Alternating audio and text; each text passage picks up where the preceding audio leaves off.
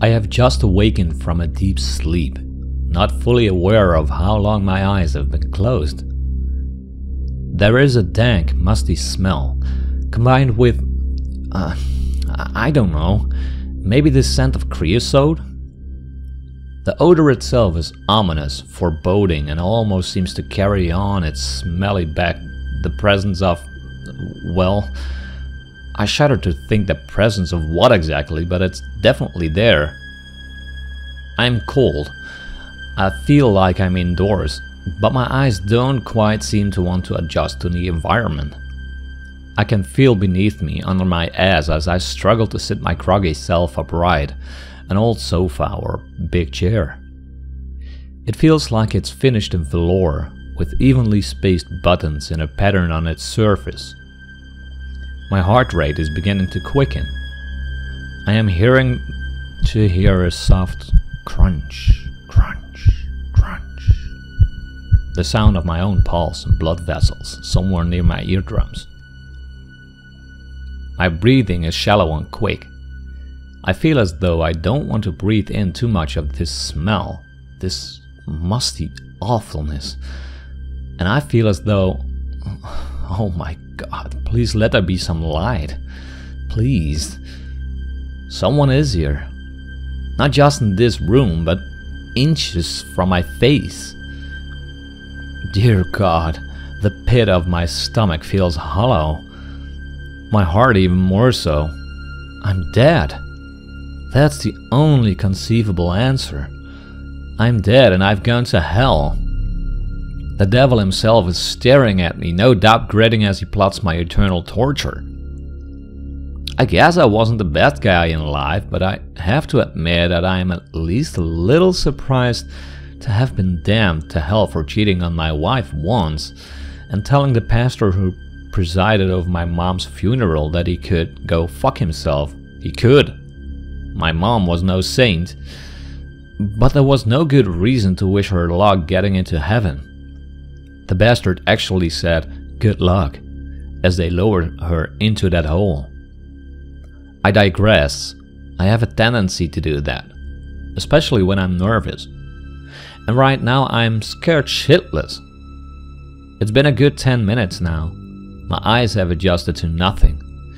And I know that if I stick my hand up in front of my face, I'm going to touch the face of the devil himself. The lights. They're slowing, beginning to raise, and there's something else. Oh, for Christ's sakes, carnival music. It sounds like it's coming from an old Victrola. It's scratchy and occasionally skips. And it seems void of all the joy that such oompa sounds from a merry-go-round naturally bring. It's sad, it's melancholy, whatever that means.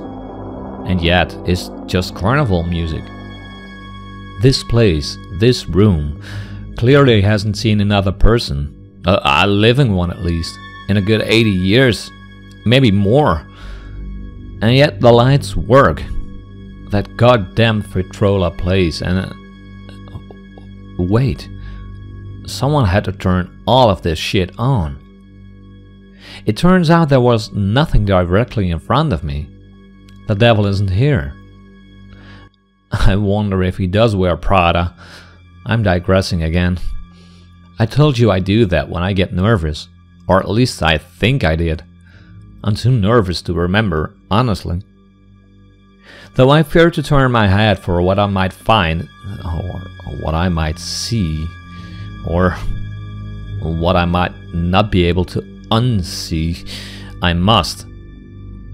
I have to summon strength, bury my fear, and find out just where in the name of God I am. It looks like some kind of formerly beautiful old Victorian style living room. Everything in black and red. The high wing-backed chairs, the sofa I now see that I am sitting on, the red wallpaper that rises from the floor to a black chair rail, and above that, I can't tell what the walls look like. They've been repapered with posters advertising a vaudevillian magic act that looks decades upon decades old. They've yellowed. They've faded. They are covered in dust and cobwebs, some of which stretch clear from the walls to the chandelier in the center of the room. Whoever this magician was, he was clearly proud of himself. I wonder what his wife thought of his gaudy display of ego ruining what could have been a lovely living space. Hell, she was probably his lovely assistant. But if she let him do all this shit, she was probably ugly as sin, and just allowed him to flaunt his stupid little posters so he wouldn't throw her out. She actually was quite lovely, David. Jesus, there's someone here. He knows my name. And this is no act of magic. He's reading my mind. He's in my head.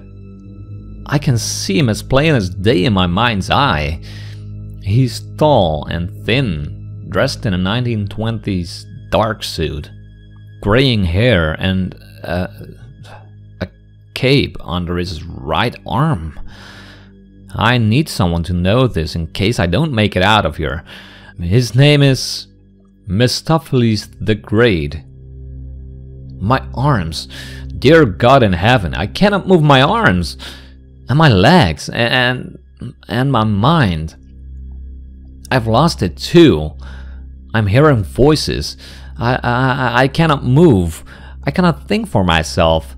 I cannot make this dream end. Now, David. Calm. Be calm.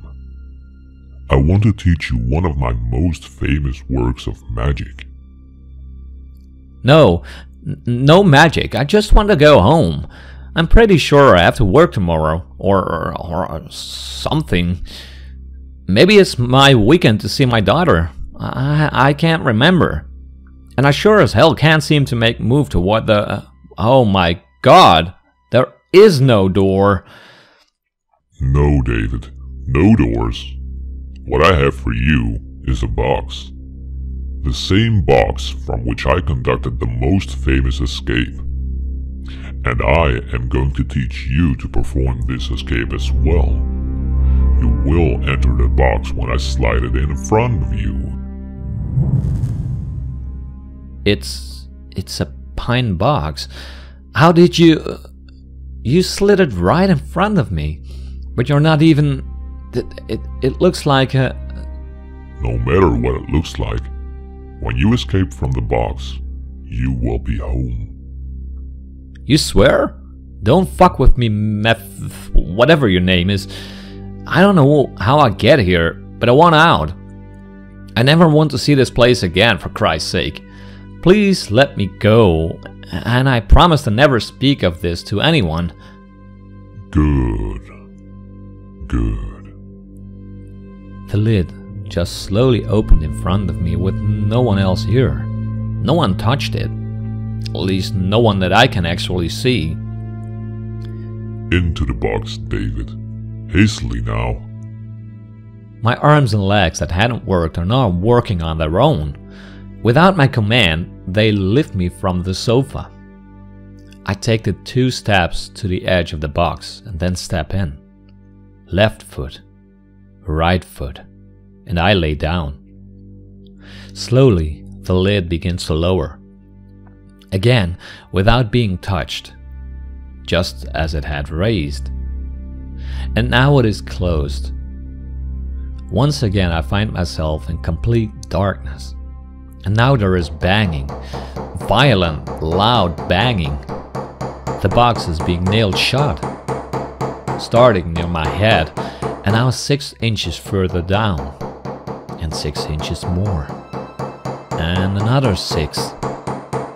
Until I am finally completely sealed. Mephistopheles, I have kept my word. I am in the box. And now you keep yours, damn it. How does the trick work? How do I get out of here and get home? You promised me to tell. Mephistopheles, please. You promised. David? Yes? Good luck.